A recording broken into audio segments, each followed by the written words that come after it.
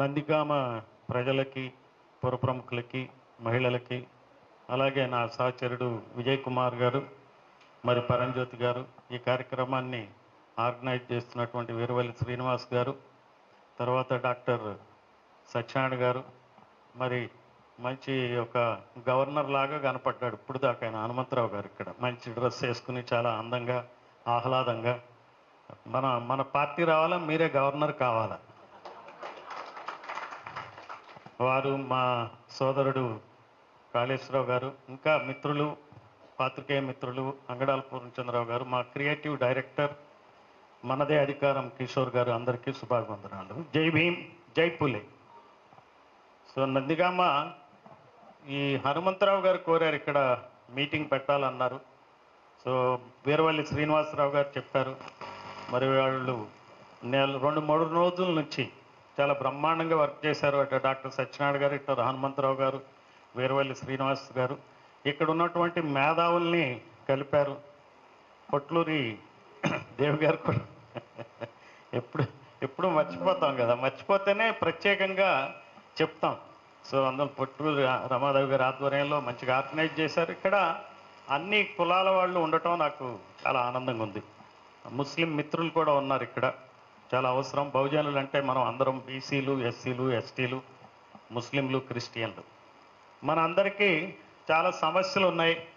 మన సమస్యలకి కారణం ఒక్కరే, అది మనం మర్చిపోయి మనలో మనమే కొట్లాడుకుంటున్నాం. కాబట్టి మన సమస్యలు ఏంట్రా అని చెప్పి చూస్తే, దళిత క్రిస్టియన్లకి ఎస్సీ హోదా ఇవ్వరు, ఆదివాసీల భూముల్ని సాగు భూములు ఇవ్వకుండా గుంజుకుంటారు, ఎరుకల, యానాదుల, చెంచుల కులాలకి అసెంబ్లీలో స్థానమే లేదు, అలానే ముస్లిం కులాలు, బీసీ కులాలు చాలా ఉన్నాయి, మరి వాళ్ళకి వక్ఫ్ ఆస్తుల రక్షణ లేదు.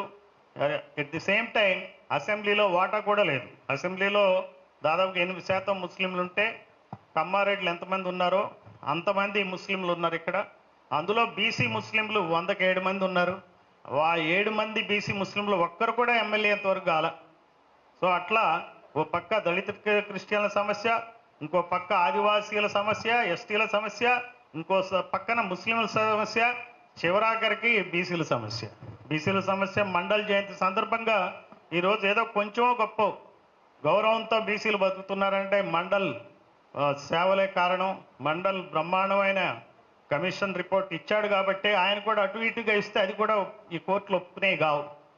సో ఓ పక్క మండల్, ఇంకో పక్కన శరద్ యాదవ్, ఇంకో పక్కన కాన్షీరామ్ ఆ రోజు వీపీ సింగ్ ప్రభుత్వాన్ని గడగడలాడించి 27% ఓబీసీ రిజర్వేషన్ సాధించడం జరిగింది. అంటే బీసీల సమస్యలు కానీ, ఎస్సీల సమస్యలు కానీ, ఎస్టీల సమస్యలు కానీ ఎవరు కారణం దీనికి? ఎందుకు మన సమస్యలు తీరట్లా? మేమెందుకు రోడ్ల మీదకి వచ్చాం? ఉద్యోగాలు చేశాం, ఐఏఎస్ అధికారులుగా అక్కడ విజయ్ కుమార్ గారు చేసి వచ్చారు, నేను ఐపీఎస్ అధికారిగా పనిచేసి ఈరోజు నేను ఎందుకు వస్తున్నాం? ఈ ఊరికి ఎందుకు వస్తున్నాం? ఈ ఊరితో ఏంది సంబంధం? ఇక్కడ ఏమైనా పని చేసామా? మా చుట్టాలు ఉన్నారా? ఇక్కడ ఏమన్నా పొందాలని వస్తున్నామా? ఎందుకు ఈ కార్యక్రమాన్ని చేపట్టాం? ఎందుకంటే ఎందుకు ఇంత అన్యాయం చేసేవాళ్ళు ఎవరు అనేది మనం గుర్తించలేకపోతున్నాము. మనకేమవుతుందంటే చాలా రోగాలు ఉంటాయి. రోగాలు ఉంటే ఆ రోగం కారణం ఎవరు, ఆ క్రిమి ఎవరు, ఆ కీటకం ఎవరు అనేది మనం తెలుసుకోకుండా ఈ రోగాలు ఉన్నాయి కదా అని చెప్పి ఎక్కడో ఒక భూత వైద్యుల దగ్గరికి వెళ్ళి ఏదో వైద్యాలు చేసుకుంటున్నాం, రోగాలతో అట్లానే చచ్చిపోతున్నాం. బాధలు, మన జీవితాలన్నీ నాశనం అవుతూ ఉన్నాయి.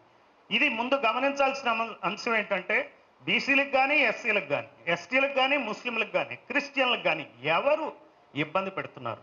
ఈరోజున ఒకటి చిన్న ఎగ్జాంపుల్ చెప్తా మీకు. క్యాస్ట్ సెన్సెస్ ఉందా? క్యాస్ట్ సెన్సెస్ పెడతారు. ఇప్పుడు క్యాస్ట్ సెన్సెస్ మన బీజేపీ గవర్నమెంట్ ఏం చేసింది? బీహార్ ఎలక్షన్ల ముందు బీసీల కులగణన చేస్తామని చెప్పింది. ఇది తెలుసా మీకు? మీకు ఐడియా ఉందా? విన్నారా ఇది? అసలు మన సమస్యలు మనకు తెలియకపోవడమే మన కర్మ. బీసీలు ఎందుకు ఇట్లా ఉన్నారా అంటే అసలు బీసీల సమస్యలే బీసీలకు తెలియదు. అంటే ఏ రోగంతో బాధపడుతున్నామో ఆ రోగికి తెలియట్లే, అసలు వాడికి రోగం ఉందనుకోవట్లే వచ్చిన సమస్య. మనకున్న రోగాలేంటో మనకు తెలియట్లా.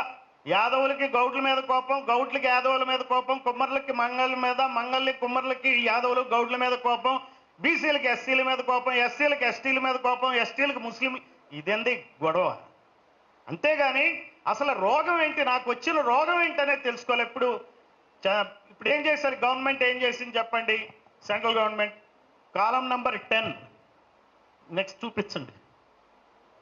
ఈ కాలం నెంబర్ 10లో మీ దగ్గరికి ఎవరన్నా ఎన్యూమరేటర్ వస్తే, రేపు కులగణన స్టార్ట్ చేసినప్పుడు, జనగణన స్టార్ట్ చేసినప్పుడు, సెన్సస్ స్టార్ట్ చేసినప్పుడు ఎవరైనా మీ దగ్గరకు ఒక వ్యక్తి వస్తే అడుగుతాడు, మీది ఎస్సీనా అని అడుగుతాడు, మీరు ఎస్టీనా అని అడుగుతాడు. తర్వాత ఎస్సీ అనుకోండి, ఏ కులం అని అడుగుతాడు. ఏ కులం అంటే ఆంధ్రప్రదేశ్లో ఎస్సీ అనగానే కులాల లిస్ట్ అంతా వస్తుంది, మాల మాది దగ్గర నుంచి వరుసగా వస్తుంది. అప్పుడు వాళ్ళు చెప్తారు నేను మాల అంటే మాలని టిక్ పెడతాడు, మాల రిజిస్టర్ అవుతుంది, ఇక దానికి ఇబ్బంది లేదు. అలానే ఎస్టీలకు కూడా ఎరుకల, యానాద, చెంచ, లేకపోతే ఆదివాసీ కులాలు చాలా ఉన్నాయి, ఒక 25 కులాలు ఉన్నాయి. ఆ కులాల పేర్లు కూడా వాళ్ళు అడుగుతారు. గౌండ్ల, బోయల, ఇంకేంటి అనేది కోయల అడిగి దాన్ని నొక్కుతారు, బటన్ నొక్కుతారు. నొక్కితే ఆ కులం రికార్డ్ అవుతుంది. అంటే ఈ ఫెసిలిటీ ఎవరికి ఇచ్చారు? ఎస్సీలకి, ఎస్టీలకి ఇచ్చారు. అది ఎందుకు ఇచ్చారు? అది ఏదో అంబేద్కర్ పుణ్యం. అది స్వాతంత్రం వచ్చిన ముందే బ్రిటిష్ వాళ్ళు చేశారు, నెహ్రూ ప్రభుత్వం వచ్చింది, అంబేద్కర్ వల్ల ఆ ఎస్సీ కులగణన సాగింది, ఎస్టీ కులగణన సాగింది. నెహ్రూ బీసీల కులగణన ఆపేశాడు. నెహ్రూ బీసీ కమిషన్ రిపోర్ట్ ఇచ్చినా పట్టించుకోలే. నెహ్రూ మంచోడా చెడ్డోడా సంగతి దేవుడెరుగు. నెహ్రూ చెప్పిందే చేశాడు, చేసిందే చెప్పాడు. కనీసం నెహ్రూ స్టేట్స్మెన్. ఈ రోజున మోడీ ఏం చేస్తున్నాడు? కులగణన చేస్తానని చెప్పి చేయట్లే. ఇప్పుడు మనం అందరూ, మిగిలిన వాళ్ళందరూ క్యాస్ట్ అని అంటే, ఇందాక నెంబర్ 10 షెడ్యూల్డ్ కులం ఎస్సీది అయిపోయింది, ఎస్టీది అయిపోయింది. తర్వాత వాళ్ళది కులం అంటే వాళ్ళ కులం పేర్లు చెప్తారు. గౌడ్ అంటారు, గవన్లు అంటారు, శెట్టి బలిజలు అంటారు, శ్రీసేన్ అంటారు, 100 పేర్లు చెప్తారు. అలానే కుమ్మర్ అంటారు, ప్రజాపతి అంటారు, శాలివాహన్ అంటారు, కుంభార్ అంటారు. దేశం మొత్తం ఒక కుమ్మరి కులంలోనే ఒక 30-40 కులాలు ఉంటాయి. అట్లా పేర్లు చెప్తారు. వాళ్ళకి బీసీ కేటగిరీ అని మెన్షన్ చేయరు, వాళ్ళ కులాల లెక్కలు తేలవు. మనకు కలిపి 45 లక్షల కులాలు ఉన్నాయని తేల్చడానికి సిద్ధంగా ఉన్నారు. ఉన్న కులాలు ఎన్నిరా అంటే 4000 కులాలే ఉన్నాయి ఈ దేశంలో. 4000 కులాలకి 4 లక్షల కులాలు ఉన్నాయని చెప్పి బీసీలు లెక్క తేలట్లేదంటారు. బీసీలకు ఏదైనా రిజర్వేషన్ ఇవ్వాలంటే ఏం చెప్తారంటే మీ లెక్క తేలలేదండి అని చెప్తారు. కోర్టులు ప్రశ్నిస్తాయి. సో ఈ విషయం మనకు తెలుసా? ఇంత అన్యాయం జరుగుతుందని బీసీలకు తెలుసా? యాదవులకు తెలుసా? గౌడ్లకు తెలుసా? ఎవరికి తెలుసు చెప్పండి? మరి బీసీలు ఇప్పుడు ముస్లింలు ఎన్ని కులాలు ఉన్నాయి చెప్పండి? బీసీఈ కింద గారడి ముస్లింలు ఉన్నారు, అచ్చుకట్ల వాళ్ళు ఉన్నారు, ఇంకెన్నో కులాలు ఉన్నాయి. ఆ కులాలన్నీ రిజిస్టర్ అయితే సో ఏ రకమైన లెక్క తేల్చకుండా ఉండటం కోసం పేరుకు మాత్రం కులగణన చేస్తాం, కులం రికార్డ్ చేస్తాం, కానీ కేటగరైజ్ చేయం, కులం కోడ్ ఇవ్వం. ఇప్పుడు మాలకి కులం కోడ్ ఇచ్చినప్పుడు, మాదికకి కులం కోడ్ ఇచ్చినప్పుడు, ఎరుకులకి కులం కోడ్ ఇచ్చినప్పుడు, యానాదులకి కులం కోడ్ ఇచ్చినప్పుడు బీసీ కులాలకి ఎందుకు ఇవ్వరు చెప్పండి? ఇది కదా మనం అడగాల్సిన ప్రశ్న. ఇది ముందు మనకు తెలియాలిగా. అందుకే మనకు రోగం ఏంటో మనకు తెలియట్లే. మనకి ఇది తెలిసిన రోజున, క్యాస్ట్ సెన్సస్ జరిగిన రోజున ఏ కులాలు ఎన్నున్నాయో తెలిస్తే అవి బహిర్గతపరచాలి. వాళ్ళు ఏమంటున్నారు ఇప్పుడు? కులం లెక్కలు చెప్పరట, తెలిసినా కానీ చెప్పరట. మరి ఎస్సీల లెక్కలు తెలుస్తున్నాయి, ఎస్టీల లెక్కలు తెలుస్తున్నాయి, ఈ లెక్కలు ఎందుకు చెప్పరు మీరు? వాళ్ళ కర్మగాలి. అంబేద్కర్ పుట్టడం వల్ల ఎస్సీలకి ఎస్టీల లెక్కలు చెప్పాల్సి వచ్చింది. అదే అంబేద్కర్ గారికి పుట్టుండకపోతే ఈ దేశంలో ఎంత అన్యాయం అంటే అంత అన్యాయం జరిగేది ఈ దేశంలో. ఈ బీసీలకి ఈ రోజుకి రిజర్వేషన్ కూడా ఉండేది కాదు. మండలి చేసిన ఒక ఆద్యుడు, ఈ రిజర్వేషన్ ప్రక్రియకు ఆద్యుడు ఎవరు? డాక్టర్ బాబాసాహెబ్ అంబేద్కర్. ఒక కాన్స్టిట్యూషన్, రాజ్యాంగ రూపం ఇచ్చిన వ్యక్తి ఎవరు? డాక్టర్ బాబాసాహెబ్ అంబేద్కర్. ఆయన ఇచ్చాడు కాబట్టి ఎస్సీ ఎస్టీలకి లెక్కలు తేలుతున్నాయి. చచ్చినట్టు ఎమ్మెల్యే సీట్లు ఇవ్వాల్సి వస్తుంది, ఎంపీ సీట్లు ఇవ్వాల్సి వస్తుంది. బీసీలు లెక్కలు తెస్తే బీసీలకు కూడా సీట్లు లెక్కలు ఇవ్వాల్సి వస్తుంది. మరి బీసీల లెక్కలు కనుక ఎమ్మెల్యేలు అయితే ఎంత జనాభా ఉన్నారో అంతమంది ఎమ్మెల్యేలు బీసీలు ముస్లింలు అయినట్లయితే ఏమైతే చెప్పండి? ఎవరు ఎమ్మెల్యేలు తగ్గుతారు చెప్పండి? ఎవరు ఎమ్మెల్యేలు తగ్గుతారు? రెడ్డి కమ్మ ఎమ్మెల్యేలు తగ్గుతారు. వాళ్ళు ఎప్పుడైతే వాళ్ళ నంబర్ తగ్గుద్దో మరి వాళ్ళకి అధికారం లేవు. ఈ మైన్స్ దోచడానికి పనికిరాదు, మరి కాంట్రాక్టులు పెట్టుకుని దోచడానికి, ప్రభుత్వ సొమ్ము దోచడానికి పనికిరాదు.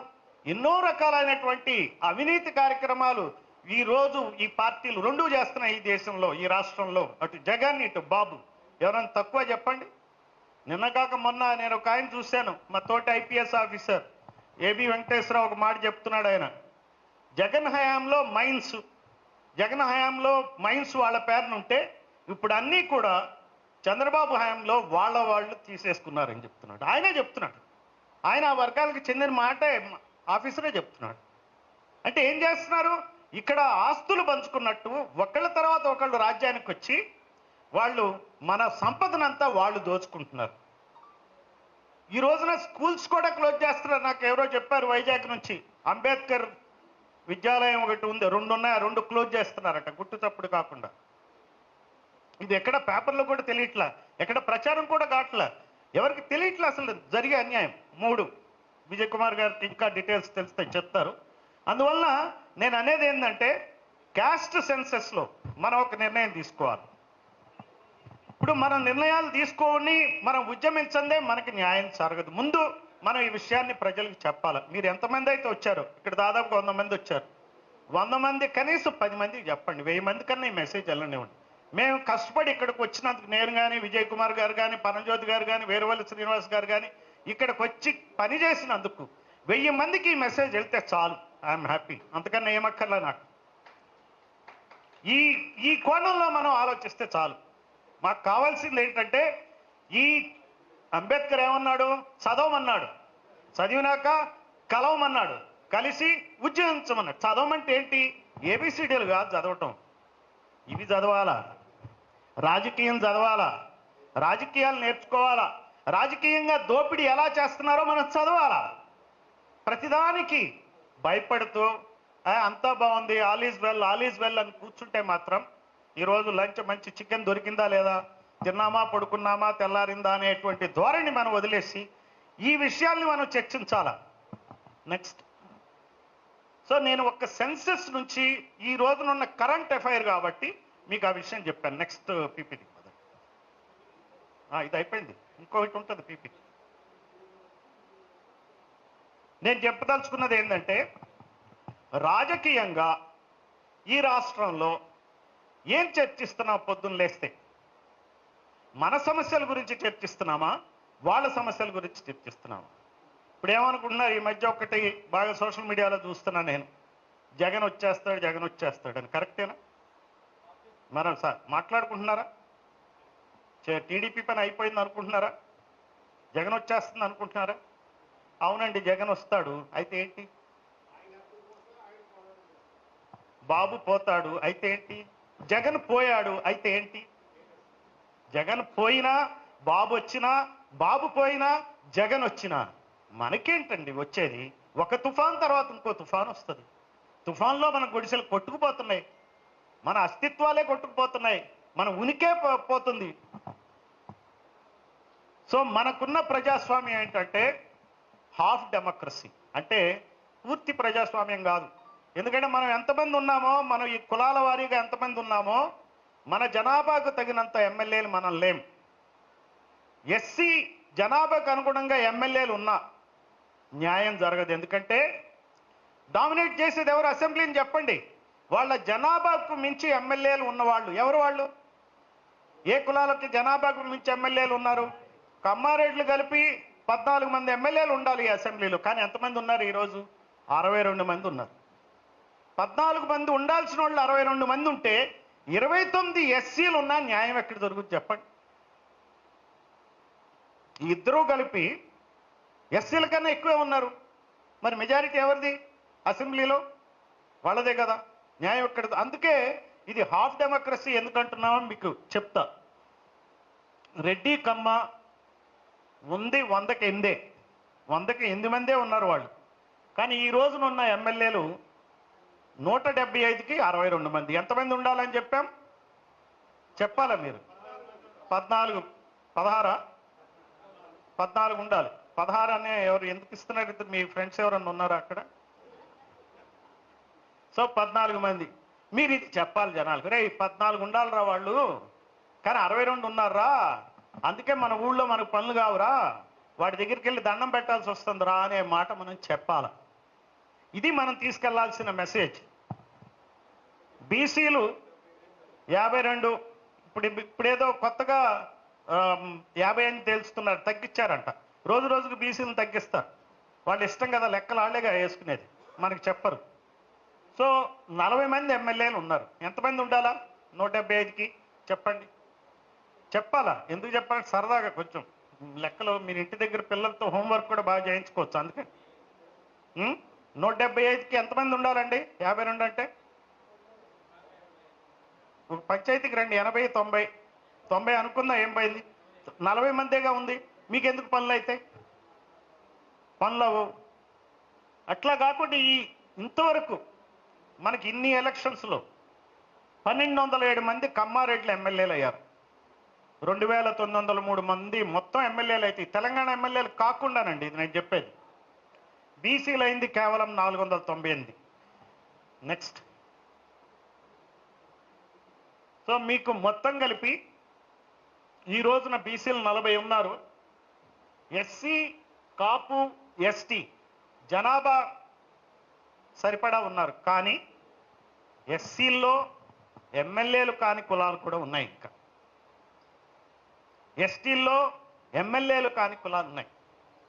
అంటే ఫుల్ డెమోక్రసీ కాదుగా అక్కడ కూడా బరి పెట్టారు. అలా నెక్స్ట్ పదం ఇంకా నెక్స్ట్ ఓవరాల్ రీసెర్చ్.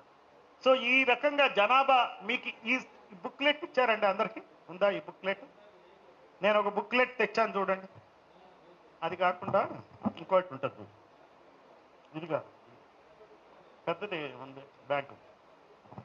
మీకు ఈ టేబుల్ ఒకటి ఇస్తాను, తర్వాత చూడండి. మీరు చూసి సాధ్యమైనంత వరకు మీరు కూడా మీకు తెలిసిన వాళ్ళకి ఎక్స్ప్లెయిన్ చేయండి. ఎంత అన్యాయంగా బీసీలు ఎంత పర్సంటేజ్ ఉంటే 124 కులాలు బీసీల జనాభా 100కి 23 మంది ఉంటే ఒక్కళ్ళు కూడా ఎమ్మెల్యే కాదు. అంటే 23% మందికి అసెంబ్లీలో స్థానం లేనట్టే కదా.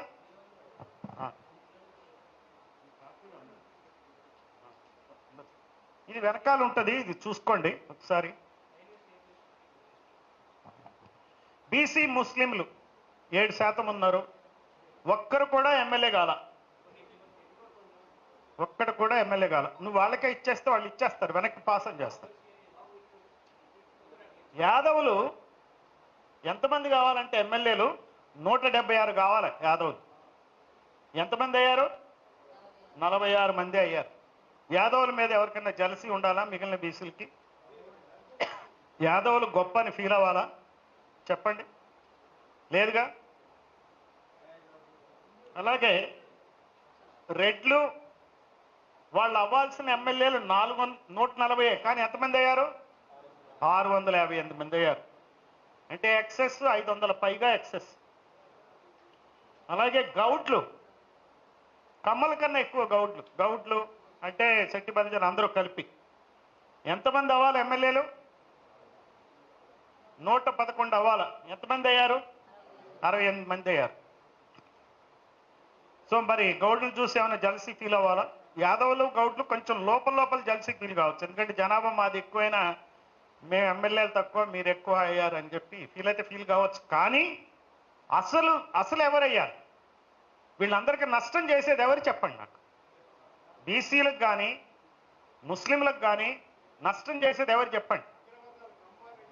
ఆ ఇద్దరే.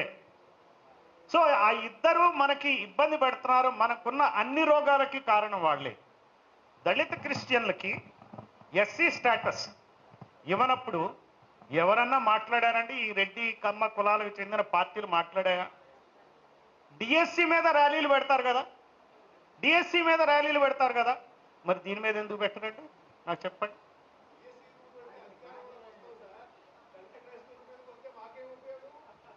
సో అందువల్ల ఈ ర్యాలీలు పెట్టరే. ఇది అర్థం చేసుకోండి. మరి వాళ్ళకేగా మనం వేసేది ఓట్లు. అలాగే బీసీ ముస్లింలు వాళ్ళకున్న సమస్యల్ని పరిష్కరించాల్సిన నాయకులు ఎవరైనా వక్ఫ్ బోర్డు గురించి ఏమైనా చేశారంటే ఇక్కడ ఏది అన్యమతస్తులు వక్ఫ్ బోర్డులో మెంబర్లుగా ఉండొచ్చు అని గవర్నమెంట్ ఆఫ్ ఇండియా ఇచ్చింది. వాళ్ళు హిందుత్వవాద ప్రభుత్వం బీజేపీ తెలిసిందే. దాన్ని అడ్డుకున్నారా ఇక్కడ నాయకులు? బాబు కానీ జగన్ కానీ పవన్ కానీ మరి అడ్డుకోలేదుగా. అందువల్ల మన సమస్యలకు మూల కారణం ఎవరు చెప్పండి? ఇప్పుడు మోడీ అక్కడైతే ఇక్కడెవరు? ఆపందెవరు? మరి మనకు అది అర్థమవుతుందా? మనం ఏమనుకుంటున్నాం, ఇందాక బాబు వెళ్ళిపోతాడు, జగన్ వచ్చేస్తాడు అనుకుంటున్నావు. ఎవరి కోసం అనుకుంటున్నావు నువ్వు? నీకోసమా? నీకేం చేయటానికి వస్తాడు? ఇది కదా మనం చెప్పాల్సింది. మన రోగానికి మందు మనం చెప్పాలి కదా. మనకున్న రోగాలు ఎట్లా తీరుతాయి లేకపోతే? అందుకే ఇది ఫుల్ డెమోక్రసీ కాదు. మన వర్గాలకు చెందినటువంటి ఎమ్మెల్యేలు పూర్తిగా జనాభా ప్రాతిపదికన లేరు. మనం దాదాపుగా 45% లోటుతో నడుస్తుంది. అంటే హాఫ్ డెమోక్రసీ అన్నా అందుకనే. నెక్స్ట్. సో మీకు ఇది తెలంగాణ కూడా same scene. Next next next. Telangana కూడా ఇంతేనండి, ఏం గొప్పగా లేదు. తెలంగాణలో బీసీలు చైతన్యం ఎక్కువ అనుకుంటున్నారు మీరు. చూడండి తెలంగాణ ఎమ్మెల్యేలు ఎంతమంది అండి బీసీలు అయింది? ఇందాక ఒకటి వెనక్కి పదండి. సారీ, ఇది ఆంధ్రప్రదేశ్ చెప్పారు, తెలంగాణ. నెక్స్ట్. 19 మంది ఎమ్మెల్యేలు వాళ్ళు. 19. ఇక్కడ ఆంధ్ర 40 అయితే వాళ్ళు 19 మంది. అంటే 119 ఎమ్మెల్యేస్కి 19. చైతన్యం ఎక్కువైనా ఎమ్మెల్యేలు తక్కువ. ఏందని ఏం చెప్పాలి? దానికి ఎవడు ఎక్స్ప్లెయిన్ చేస్తాడు? అది చైతన్యమా కాదా? Okay next. నెక్స్ట్ ఇంకేముంది? అయిపోయిందా? సో ఇది ఓవరాల్గా మీకు మహిళల పరిస్థితి కూడా అదే ఉంటుంది. 48% మహిళలు ఉంటే ఇండియాలో వాళ్ళ వాటా 14% ఉంది. అంటే దాన్ని బట్టి కూడా half democracy. Gender wise half డెమోక్రసీయే, కులాల వారీగా కూడా హాఫ్ డెమోక్రసీ.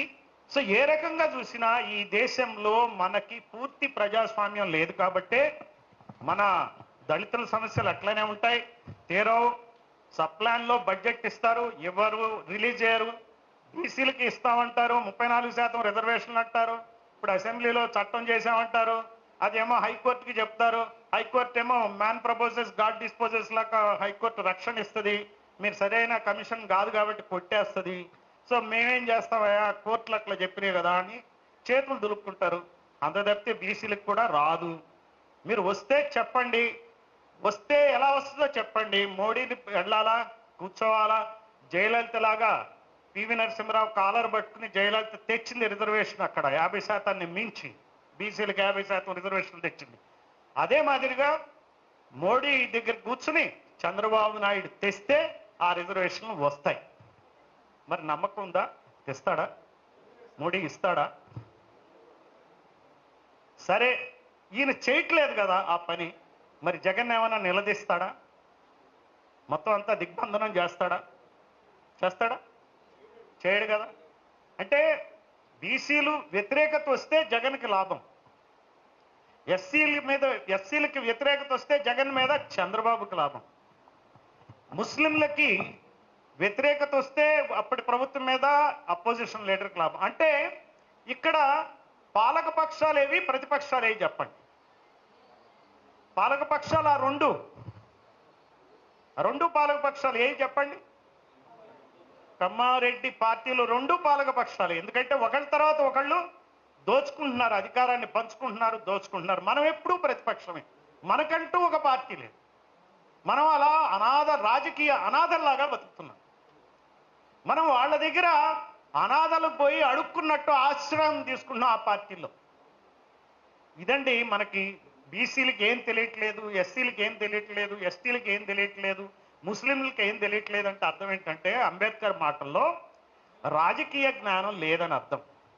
రాజకీయ జ్ఞానం లేని నాడు మనల్ని ఉచితాలు ఇచ్చో, సారా ప్యాకెట్లు ఇచ్చో, లేకపోతే 2000 రూపాయల ఇనాములు ఇచ్చో లోపరుచుకుని మన ఓట్లు వేయించుకుని వాళ్ళు రాజ్యానికి వస్తారు. ఏదో కథ చెప్తారు, ఆ రోజుకి అభివృద్ధి నినాదం అంటారు, 3 రాజధానులు అంటారు, లేకపోతే మావిగన్ అంటారు, పోలవరం ప్రాజెక్ట్ అంటారు, ఎన్నన్నా చెప్తారు కబుర్లో. వాటిల ప్రవాహంలో కొట్టుకుపోతాం. మీడియా అంతా వాళ్ళ చేతుల్లోనే ఉంటుంది, రోజు వాళ్ళ భజనే చేస్తుంది. మనం కూడా 2 వర్గాలుగా విడిపోయి పనిచేస్తాం. నెక్స్ట్ ఇంకోటి ఉంది కదా,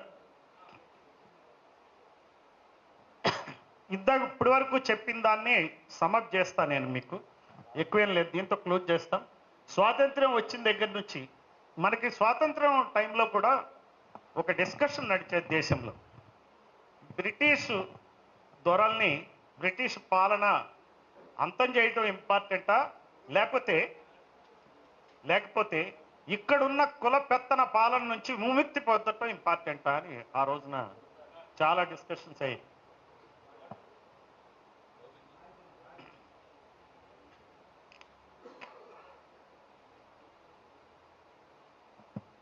అంబేద్కర్ ఆయన వాదన ఏంటంటే, స్వాతంత్రం తెల్లదొరల నుంచి వచ్చినా మాకు మీ నుంచి స్వాతంత్రం లేదు, మేము అణగారిపోయి ఉన్నాం, మీకు బానిసలుగా బతుకుతున్నాం, ఇక్కడ లోకల్ బానిసత్వం నుంచి మాకు విముక్తి కావాలా, మీ క్యాస్ట్ డామినేషన్ నుంచి మేము విముక్తి పొందాలా, తెల్లదొరలు పోయినా సరే ఎనీథింగ్ అంటే ఓకే, తెల్లదొరలు పోయినా ఏం లేదు, వాటర్ బాటిల్స్ ఇస్తారట, పాము ఏమి రాలేదు. తెల్లదొరలు పోయినప్పటికీ కూడా ఈ మాకు బానిసత్వం నుంచి విముక్తి కలగదు కాబట్టి అంబేద్కర్ ఆయన క్లియర్గా స్టాండ్ తీసుకున్నాడు. ఆయన తీసుకుని ఏమన్నాడంటే, డిప్రెస్డ్ క్లాసెస్ అంటే ఇప్పుడు మనం అనుకున్న ఎస్సీ ఎస్టీ క్లాసెస్కి సంబంధించి ఇందులో ఆయన కాలంలో మంగలి, చాకలి ఇటువంటి కులాలకు కూడా ఆయన కలిపాడు. కొన్ని కారణాల చేత వాటిని తీశారు. ఎవరైతే కుల వివక్షకు గురవుతున్నారో ఈ కుల వివక్ష నుంచి విముక్తి కలిగించడం అనేది మాకు చాలా అవసరం అని చెప్పి ఆయన భావించారు. అందుకే ఈక్వాలిటీ అనే ఒక ప్రిన్సిపల్ని తీసుకొచ్చాడు ఆయన. రాజ్యాంగంలో అందరూ సమానమే, దాన్ని తీసుకొచ్చి ప్రజల్ని ఎడ్యుకేట్ చేయడానికి ప్రయత్నించాడు. కాంగ్రెస్తో విభేదించాడు. వాళ్ళు ఏమన్నారంటే, కాంగ్రెస్ నాయకులు అప్పట్లో, ముందు బయట శత్రువుని బయటకు పంపిద్దాం, మనం అందరం కూర్చుని సమస్యలు పరిష్కరించుకుందాం అన్నారు.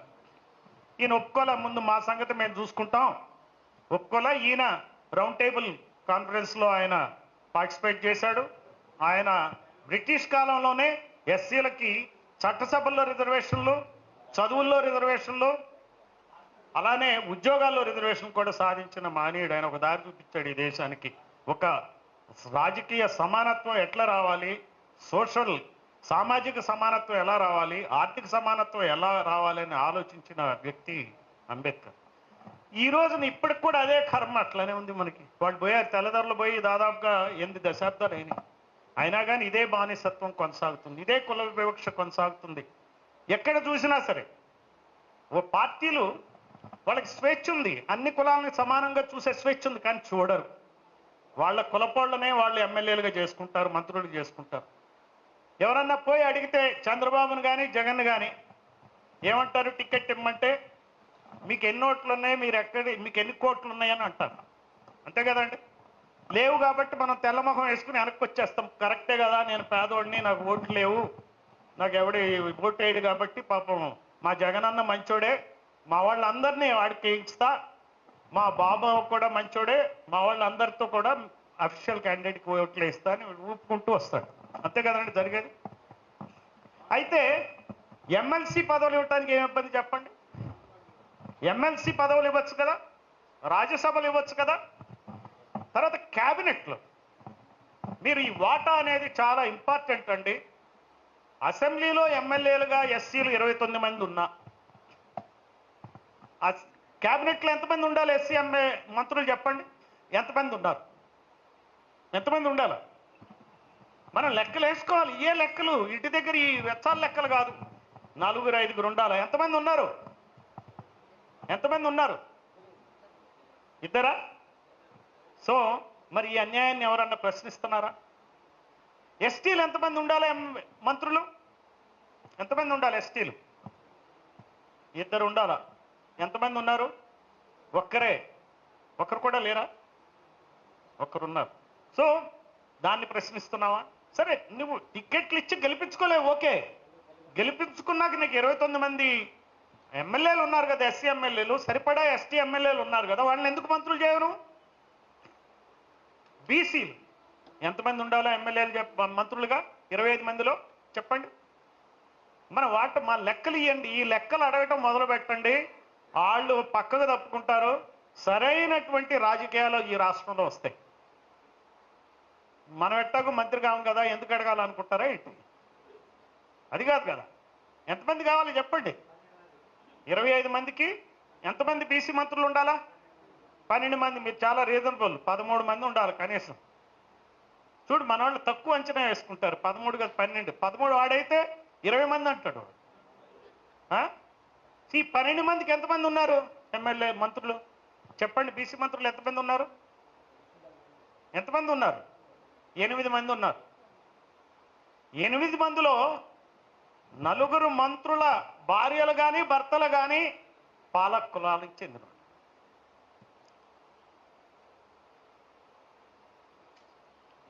సో అందువల్ల ఇదెందుకు ఇక్కడ వాటా ఎందుకు ఇవ్వరు చెప్పండి? క్యాబినెట్లు ఎందుకు వాటా ఇవ్వట్లే? మరి అది మనం ప్రశ్నిస్తున్నామా? ముస్లింలు ఎంతమంది ఉండాలా మంత్రులు? 8 అంటే 2 అన్న ఉండాలిగా. ఎంతమంది ఉన్నారు? ఒక్కరే. మరి ఇంకొకరు ఎందుకు ఇవ్వరు? ఉన్నారుగా ఎమ్మెల్యేలు 3 ఉన్నారుగా, 2కి ఇవ్వచ్చు కదా. రెడ్లు కమ్మలు కలిపి ఎంతమంది ఉన్నారు? 100కి 8 మంది ఉన్నారు. ఎంతమంది అవ్వాలి మంత్రులు? 2. సీఎం అయితే మంత్రి పదవి ఇవ్వటానికి లేదా కులానికి? మరి ఎంతమంది ఉన్నారండి వాళ్ళు? 6-7 కమ్మలు, 4-5 రెడ్లు కలిపి 10 మంది ఉన్నారు. వాళ్ళే ఎట్లుంటారండి? అది ప్రశ్నించొద్దా? మనం ప్రశ్నించినప్పుడు మార్పు ఎందుకు వస్తుందో చెప్పండి. అంబేద్కర్ చెప్పింది ఏంటి? రాజకీయంగా జ్ఞానాన్ని పెంచుకోండి, కలవండి, ఉద్యమించండి. ఉద్యమించండి అంటే ఏం చేయమన్నాడు ఆయన? అభిజిత్ దీప్కే ఏం చేశాడు? సీజేపీ పెట్టి బొద్దింకల పార్టీ పెట్టాడు. ఏం చేశాడు? ఈ పంది కుక్కల పార్టీల్ని తల వంచాడా లేదా నాకు చెప్పండి. ఏంటి మీరు అందరూ చాలా కామ్గా ఉన్నారేంటి? ఏంటంటే లీనమైపోయారా? సో బొద్దింకల పార్టీ పందికొక్కుల పార్టీ మెడలు వంచిందా లేదా? అది కావాలా? ఎవడండి? ఎవరు అభిజిత్? ఒక కుర్రోడండి, మా వయసులో సగం వయసు, బాస్టన్లో చదువుకున్నాడు, కొంత అనుభవం ఉంది. ఒకటే రోజు సోషల్ మీడియాకి వచ్చాడు, టకాటకాలు ఆడిచ్చే వణికిస్తున్నాడు. ఇప్పుడు 5% ఓట్లు పైన పాలక పార్టీలన్నీ ఓడిపోతాయి. ఆ సీజేపీ దారిలోనే మన జగన్ కూడా దూరి డిఎస్సి ర్యాలీలు చేశాడు. అందువల్ల నేను అనేది ఏంటంటే మనం ప్రశ్నించాలా. మన చేతిలో ఉంది సోషల్ మీడియా. మనం అందరం ఈ రోజున ఏదైతే నేను చేసే కార్యక్రమం ఇదేనండి. నేనేమి పెద్ద ఎక్కడో దిగొచ్చిన వాడినేం కాదు, సాధారణమైన కుటుంబం నుంచే వచ్చా. ఆల్ ఇండియా సర్వీస్లో రాజ్యాంగం పుణ్యమాని నేను ఐపీఎస్ ఆఫీసర్నయ్యా. ఏదో జాగ్రత్తగా చేశాను, డీజీగా రిటైర్ అయినాక ఈ మెసేజ్ ప్రజలకు అందించడమే బాధ్యతగా వస్తున్నా. ఎట్లన్నా కానీ 10 మంది ఉన్నా వెళ్తా నేను అక్కడికి. 1000 మంది, 1,00,000 మంది, సన్మానాలు, మొమెంటోలు, నాకు రూములు పెట్టడం, నాకు కార్లు పెట్టడం, నన్ను గౌరవించటం, నాకు భోజనం పెట్టడం కూడా అక్కర్లేదు. మీరు ఎక్కడికి రమ్మంటే అక్కడికి వస్తా. అక్కడికి వచ్చి ఈ మెసేజ్ని స్ప్రెడ్ చేస్తాను. నేనేం కోరుతున్నానంటే మీరు సోషల్ మీడియాను వాడండి. మీరంతా చాలామంది చదువుకున్న వాళ్ళు ఉన్నారు కాబట్టి ఈ మెసేజ్ని తీసుకెళ్ళండి. మన వాటాని అడుగుదాం. రాజకీయంగా పొలిటికల్ నేరేటివ్ని మనం మార్చాల్సిన అవసరం. జగన్కు వస్తాడా, బాబు గెలుస్తాడా, మోడీ పోతాడా, ఆ సమస్యలు మనవి కావు. మనం ఏం చేస్తాం? మన సమస్యలే. మన దళిత క్రిస్టియన్లకు ఎస్సీ హోదా ఎందుకు ఇవ్వరు? రోజు మెసేజ్లు పెట్టండి, గ్రూపుల్లో పెట్టండి, జగన్కు పెట్టండి, బాబుకు పెట్టండి, పవన్కు పెట్టండి. ఎందుకు ఇవ్వు? నిన్నటిదాకా నేను ఎస్సీనే, ఇప్పుడు సడన్గా మైకేల్ అని అనగానే నేను ఎస్సీని కాదా? ఉద్యోగం వచ్చింది ఒక అమ్మాయికి హైదరాబాద్లో. ఆ అమ్మాయి వాడు కెనరా బ్యాంక్ ఉద్యోగం, పిఓ ఉద్యోగం వస్తే వాళ్ళు ఏమన్నారంటే నువ్వు ఎస్సీ సర్టిఫికేట్ మళ్ళీ పట్టుకురా అన్నారు. తెలంగాణలో ఒక తహసీల్దార్ ఆఫీస్కి వెళ్తే పేరేంటి అని అడిగితే ఆమెకి క్రిస్టియన్ నేమ్ ఉంది, అంతే, క్రిస్టియన్ అని రాసి ఇచ్చేశారు. ఎస్సీ కాదు, నాట్ వ్యాలిడ్ అన్నాడు సర్టిఫికేట్. మరి అది ఎవరన్నా పట్టుకున్నారండి? దాన్ని ఎవరన్నా ప్రశ్నిస్తున్నారా? ఎవరికైనా తెలుస్తుందా? ఎంత దారుణమైన విషయం. అమ్మాయి ఎంత కష్టపడి పీఓ అయి ఉంటుంది. నోటికాడ కూడుని లాక్కోవటమే కదా. అమ్మాయి బలహీనురాలైతే సూసైడ్గా చేసుకునేది? అంటే సూసైడ్లు అయిపోయినాక వస్తారా వీళ్ళందరూ జనాలు? ఇది నిజంగా ఎంత ఇన్హ్యూమన్. నేను బీసీనే కావచ్చు, నేనేం క్రిస్టియన్ కాదు. చాలామంది ఏమనుకుంటారంటే ఈయన ఏమన్నా బీసీ క్రిస్టియన్ ఏమో లే అనుకుంటారు. కాదు, నేను హిందువునే, క్లియర్గా చెప్తా. నా కులం కూడా చెప్తా, నేను కుమ్మరినే. కానీ నాకు అది జరిగేది అన్యాయం, ఆ అమ్మాయికి జరిగే అన్యాయం. నిన్న కానిది ఈరోజు అన్యాయం అవుతుందంటే ఎందుకు ఊరుకోవాలండి? మనం అసలు విషయాలను అర్థం చేసుకుంటామా లేదా అనేది మనం గమనించాలా.